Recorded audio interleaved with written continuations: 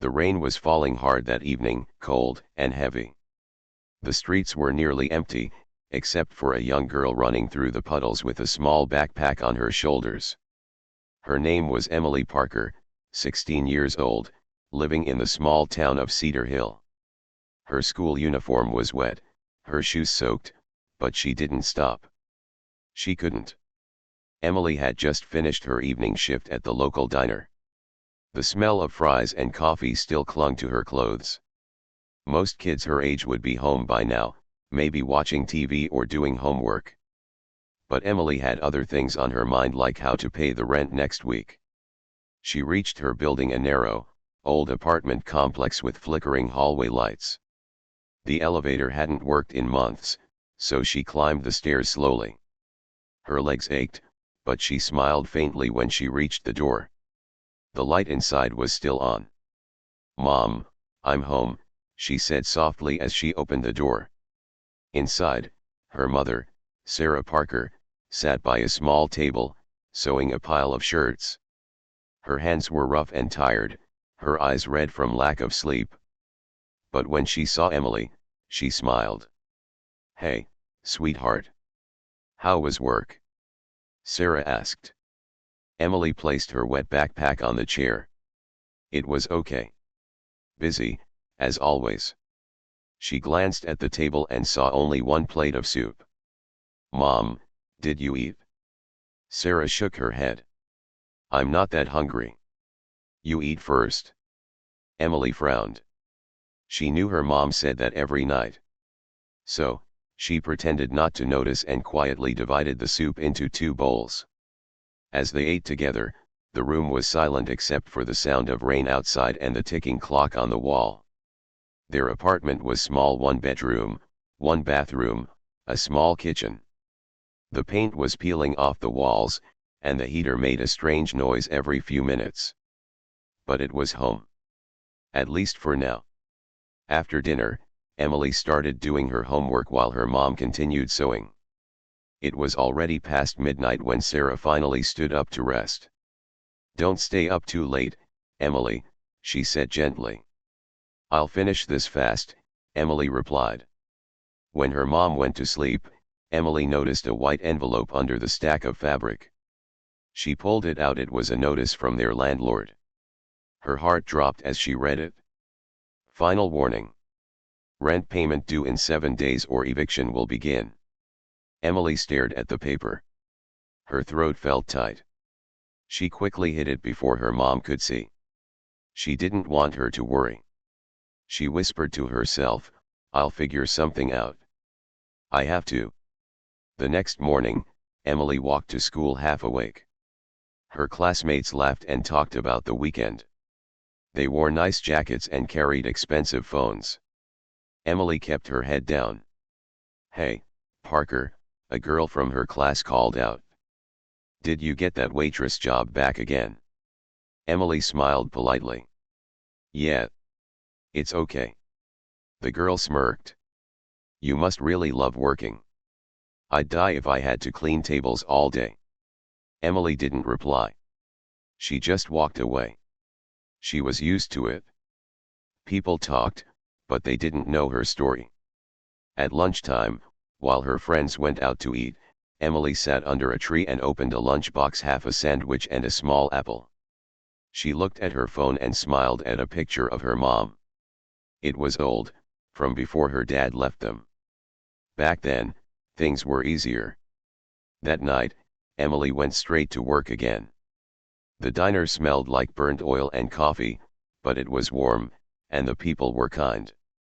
Her boss, Mr. Reynolds, was an old man with a big mustache and a soft heart. "You're early again, kid," he said with a grin. Emily nodded. "I like being early." He patted her shoulder. "You're a good worker. Your mom should be proud." Emily smiled faintly. "She is." She worked hard that night, cleaning tables, refilling drinks, smiling at customers. When the clock hit 10 p.m., she finally removed her apron. Her feet hurt, but she had earned $25 in tips. She counted the money carefully before leaving. Outside, the cold air hit her face. She closed her eyes and whispered, "Just 7 more days." Back home, Sarah was waiting, half asleep on the couch. "You're late again," she murmured. "I had to help close the diner," Emily said softly. "Go back to sleep, Mom." Her mom nodded. "Emily, you're doing too much. You need to rest too." Emily smiled. "I will. I promise." But after Sarah fell asleep, Emily stayed up, staring at the ceiling. The landlord's notice was still hidden in her bag. She pulled it out and read it again under the dim light. Tears filled her eyes. "I can't let this happen. Not again." She looked around the room at the peeling paint, the flickering light, the old blanket covering her mother. Then, she whispered a promise into the quiet night. "One day, Mom. I'll buy you a house. A real home. You'll never worry about rent again." The next morning came too soon. Emily's alarm rang at 5:30 a.m. She had barely slept.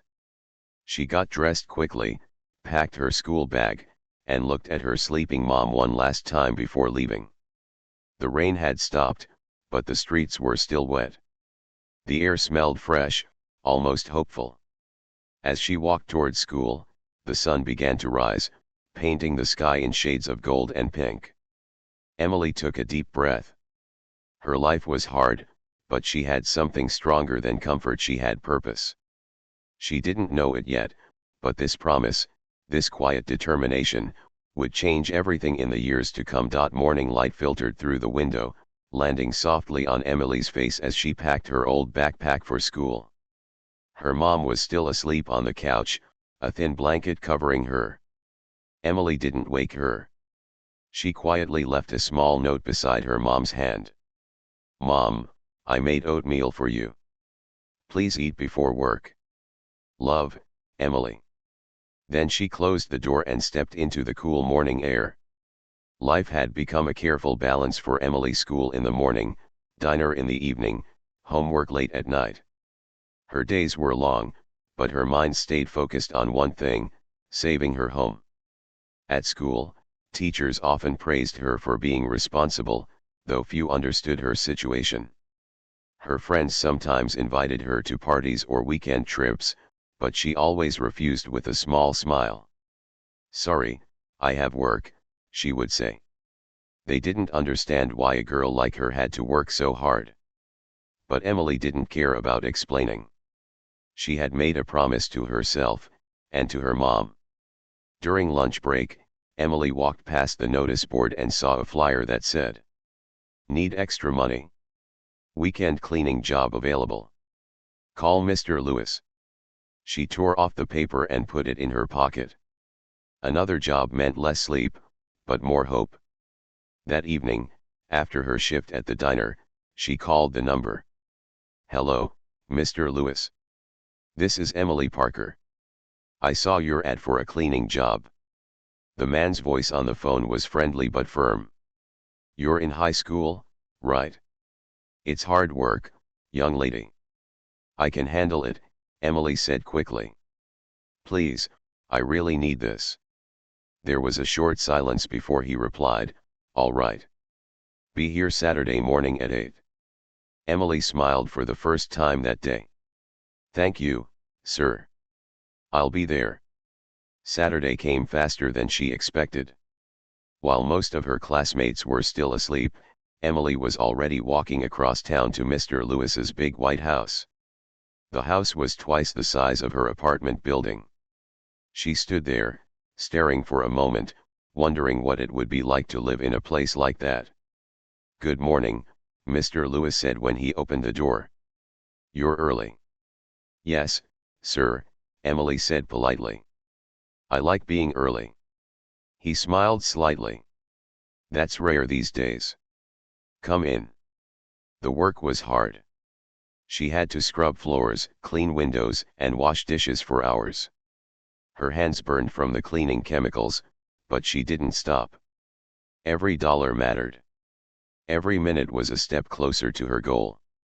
By the time she finished, It was almost dark. Mr. Lewis handed her $40 and said, "You worked hard today, Emily. You can come again next weekend." Her tired eyes lit up. "Thank you, sir." She walked home that evening, sore but proud. It was the first time in weeks she felt she was winning, even if just a little. At home, her mom noticed her red hands. "Emily, what happened to you?" Sarah asked, worried. "I'm fine, Mom. Just did some extra cleaning today," Emily replied, hiding her hands behind her back. Her mom frowned. "You don't have to do everything, sweetheart. You're still a kid." Emily smiled softly. "Maybe I'm still a kid, but I'm your kid. And I can't let you carry this alone anymore." Tears filled Sarah's eyes. She pulled her daughter close and whispered, "I wish I could give you more." Emily hugged her tightly. "You already gave me everything that matters, Mom. I'll do the rest." Days turned into weeks. Emily's schedule grew heavier, but so did her determination. She worked before school, after school, and on weekends. She barely had time to rest, yet her grades remained strong. At night, when she couldn't sleep, she would look out the window and whisper to herself, "One day, I'll buy her a real home. One with sunlight in every room." That thought kept her going. One evening at the diner, Emily overheard her boss, Mr. Reynolds, talking quietly to another worker. "I might have to close the place next month," he said sadly. "Bills are too high, and we're losing customers." Emily froze. The tray in her hands almost slipped. Close the diner? Her heart started to race. That job was her only stable income. She waited until the customer left, then walked up to Mr. Reynolds. "Sir, is it true? Are you closing the diner?" He sighed. "I don't want to, kid. But things are tough right now. I'm doing everything I can to keep it open." Emily nodded slowly, trying to stay calm. "If you need extra help, I can work longer hours. Maybe it'll help a little." He gave her a sad smile. "You've already done enough, Emily. You should worry about school, not this old place." But Emily couldn't stop worrying. All night, she thought about the landlord's letter, the bills, and now the diner. Everything felt like it was slipping away again. When she got home that night, her mom was asleep at the table, her sewing machine still running. Emily quietly turned it off, then covered her mom with a blanket. She sat beside her for a long time, thinking. She was tired of seeing her mom struggle, tired of feeling helpless. But under that tiredness burned something stronger, a promise. She took out a small notebook from her bag and wrote on the first page. Plan for the future. Find a better job. Learn something new. Save every dollar. Never give up. She looked at the list and smiled faintly. "It's not much," she whispered, "but it's a start." That night, as the rain began to fall again outside, Emily lay in bed staring at the ceiling. The sound of raindrops felt softer this time. Because deep down, she believed that storms don't last forever. The winter air was colder than usual that year. Emily pulled her old coat tighter around herself as she walked home from the diner, her breath fogging up in the night. Her body ached, but her mind was restless. She had been working non-stop for weeks, cleaning houses, waiting tables, doing anything she could to save a few extra dollars. But even with all that, it never felt like enough. Rent, bills, groceries, every dollar disappeared faster than she earned it. That night, when she got home, she found her mom asleep on the couch again. The sewing machine sat beside her, still humming softly. Emily gently switched it off and covered her mom with a blanket. Then she sat down at the small kitchen table, staring at her notebook, the one where she had written her 4 goals. Find a better job. Learn something new. Save every dollar. Never give up. She touched the paper lightly and whispered, "There has to be something more I can do." The next morning, while cleaning tables at the diner, Emily overheard two customers talking. "People are making money online these days," one said. "Designing, writing, even selling art." The other laughed. "Yeah, but you need skills for that." The word stayed in Emily's head all day. Money online? She had never thought about that before. After her shift ended, she went straight to the town library. The place was quiet and warm, with tall wooden shelves and the faint smell of old books. She found a row of computers at the back and sat down in front of one. Typing slowly, she searched. "How to make money online for beginners." Hundreds of results popped up: freelancing, graphic design, content writing, tutoring, and more. Emily read for hours. She took notes on everything she didn't understand. Words like freelance platforms, clients, digital design tools, it all sounded confusing at first, but she didn't stop. By the time the library lights dimmed, she had filled 10 pages of her notebook with ideas. When the librarian announced closing time, Emily looked up, surprised that so many hours had passed. She smiled for the first time that week. "Maybe this is it," she whispered. "Maybe this is where it starts to change." But there was one big problem: she didn't own a computer. The next day, during lunch break at school, she went to see her computer teacher, Mrs. Thompson, a kind woman with glasses and a warm smile. "Ma'am," Emily said softly, "can I use the computer lab after school hours? I want to learn some design programs." Mrs. Thompson raised an eyebrow. "For a project?" Emily hesitated. "Not really, for myself. I want to learn new skills. Maybe, something that could help my family." The teacher studied her for a moment, then smiled. "You know what, Emily? I like your spirit.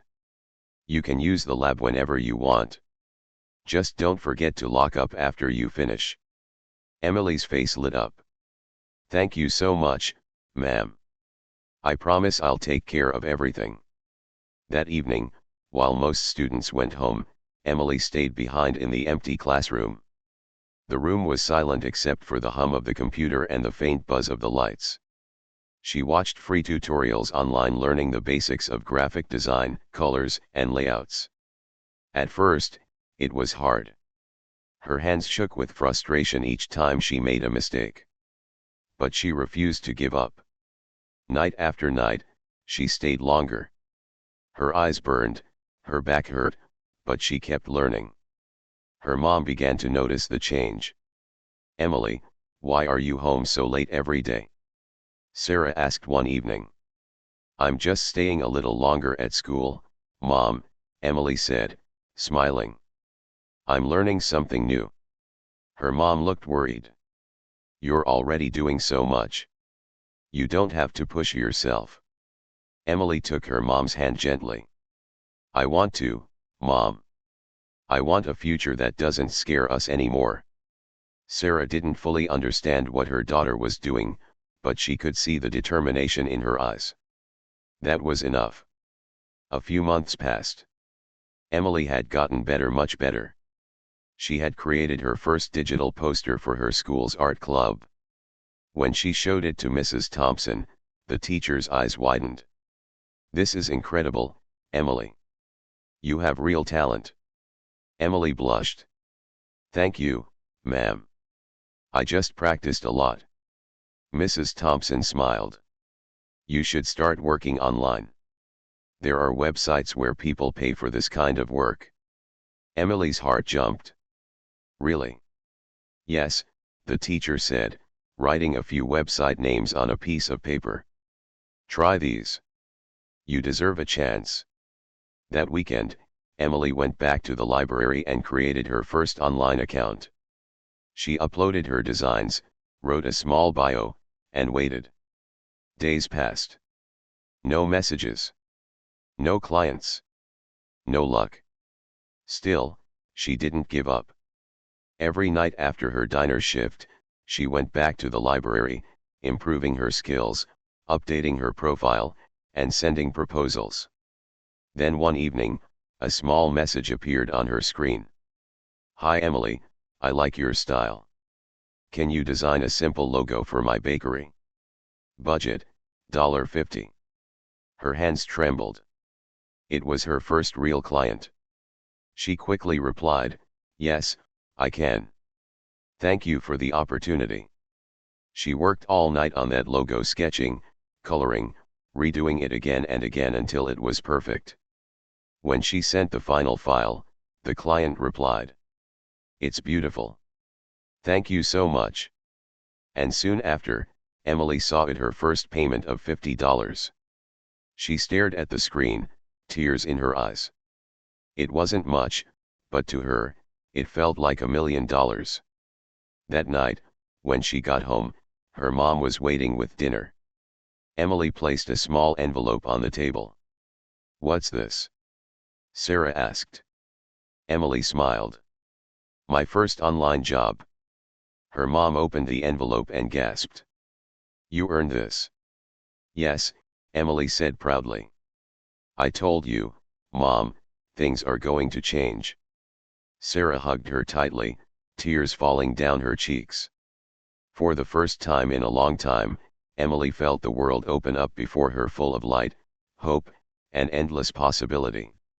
She didn't know it yet, but this small victory was the beginning of something far greater. 3 years passed since that cold night when Emily promised herself that things would change. Now, she was 19, no longer the shy, tired girl running through the rain with worn-out shoes. Her life was still busy, but it was different. Emily worked from home now, sitting by an old wooden desk with a small laptop. The same one she had borrowed from her school years ago, now repaired and full of her designs, projects, and dreams. Every morning, she woke up before sunrise, made breakfast for her mom, and started working. She was a freelance designer, creating digital posters, logos, and websites for people across the country. Her clients loved her work. They didn't know her story: the nights she went hungry, the tears she cried, or the long hours she spent teaching herself every skill from scratch. They only saw her results: bright, creative designs that carried pieces of her hope in every color. Her mother, Sarah, was stronger now too. Her health had improved, thanks to Emily's care and better living conditions. Sometimes, Sarah would watch Emily work and smile proudly. "You've grown so much, sweetheart," she'd say. Emily would laugh softly. "Still the same old me, Mom. Just trying to keep the dream alive." But deep inside, Emily knew that dream was no longer a fantasy, it was slowly becoming real. One bright afternoon, Emily finished a big project for a company in Chicago. The payment notification popped up on her screen: $2,000. She stared at the number for a long time. Her hands trembled slightly. 3 years ago, she had worked 10 hours a day for only $40. Now, she earned that in one day. She looked over at her mom, sitting by the window, knitting quietly. "We're getting closer, Mom," she whispered. "Closer than ever." Emily started saving more seriously than before. She cut every unnecessary expense, kept her earnings in a special savings account, and tracked every dollar. One evening, while walking home from the grocery store, she saw a for sale sign in front of a cozy white house at the corner of Maple Street. The place looked peaceful: 2 bedrooms, a small front yard, and a porch with a wooden swing. Sunlight danced across its windows. Emily stopped in front of it and smiled. "This is it," she thought. "This looks like home." The next morning, she called the number on the sign. "Hello, this is Emily Parker. I saw your listing on Maple Street. Is it still available?" A woman's cheerful voice replied, "Yes, it is. Are you looking to buy?" Emily hesitated for a second.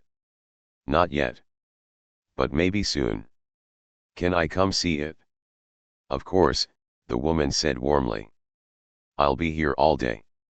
When Emily arrived, she walked through the front door and felt something she hadn't felt in years: peace. Every corner of the house felt warm and alive. The kitchen was bright, the air smelled like fresh paint, and there was a big tree in the backyard with birds singing in it. The real estate agent smiled. "It's a lovely place. Perfect for a small family." Emily nodded, trying not to cry. "Yes. It really is." When she asked about the price, her heart sank a little. It was much higher than what she had saved. That night, she sat at her desk, staring at the photos she had taken of the house. She wanted it more than anything. But she knew dreams weren't handed easily. She would have to earn it just like everything else in her life. She whispered to herself, "If I could make it this far, I can make it all the way." And from that night, she worked harder than ever. Weeks passed. Emily took every project she could find, from small logo jobs to full website designs. She barely slept. Her hands ached, her eyes burned from staring at the screen, but she never complained. Sometimes, her mom would wake up late at night and see her still working under the dim desk light. "Emily," she'd say softly, "you need to rest." Emily would smile and reply, "I will, Mom. Soon. I just need to finish this one." Her mom would shake her head gently but say nothing more. She could see the fire in her daughter's eyes, the same fire that had carried them through all those dark years. Then one morning, after finishing another big project, Emily checked her savings account. She covered her mouth in shock. The total amount was enough to buy the house. Tears filled her eyes as she whispered, "We did it, Mom. We really did it." But she didn't tell her mom right away.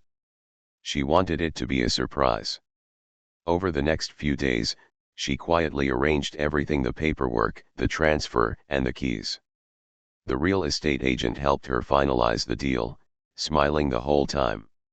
"You must really love your family," the agent said kindly. Emily smiled, her eyes shining. "More than anything in this world." Finally, the day came. Emily drove her mom through the quiet streets of Cedar Hill, stopping right in front of the White House with the porch swing.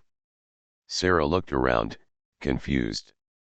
"Why are we here, sweetheart? Whose house is this?" Emily took a deep breath, her hands shaking slightly. She smiled, eyes full of tears. "It's yours, Mom." Sarah blinked in shock. "What? Emily, what are you saying?" Emily handed her the keys. "You don't have to worry anymore. This is our home now." Her mom stared at the keys, then at her daughter, and finally at the house. Tears rolled down her cheeks. "Emily, how did you?" Emily hugged her tightly. "You worked your whole life for me, Mom. Now it's my turn to give something back." They stood there in the sunlight, crying and laughing at the same time. It wasn't just a house. It was the end of struggle and the beginning of peace. The golden light of the evening sun fell softly across the White House on Maple Street. A gentle wind moved the leaves of the tall oak tree near the porch, making a quiet rustling sound like a whisper of peace after years of struggle. Emily stood there, holding the house keys tightly in her hand. Her heart was beating fast. She could still hardly believe it: this house, this dream, this moment, all of it was real. Behind her, Sarah slowly stepped out of the car, looking confused. "Emily," she said softly, "why are we here? Whose house is this?" Emily smiled through the tears already forming in her eyes. "It's ours, Mom." Sarah blinked, unsure she'd heard right. "What do you mean, ours?" Emily turned toward her, eyes shining. "I bought it, Mom. This is our new home." For a long moment, Sarah didn't say anything. She just stood there, staring at her daughter, then at the house, then back again. You bought a house," she whispered, her voice shaking. Emily nodded, tears finally rolling down her cheeks. "Yes. You don't have to worry about rent anymore. No more late payments, no more landlords. We finally have a place that's ours. Sarah covered her mouth with her hands as tears filled her eyes. Oh, Emily, you really did it? Emily hugged her mother tightly. Neither of them spoke. They didn't need to. Years of pain, sacrifice, and hope all melted in that single embrace. As they stepped inside, the warm sunlight filled the small living room. The walls were freshly painted a soft cream color, and the wooden floor shone as if it had been waiting for them all along. Emily walked ahead, showing her mom around.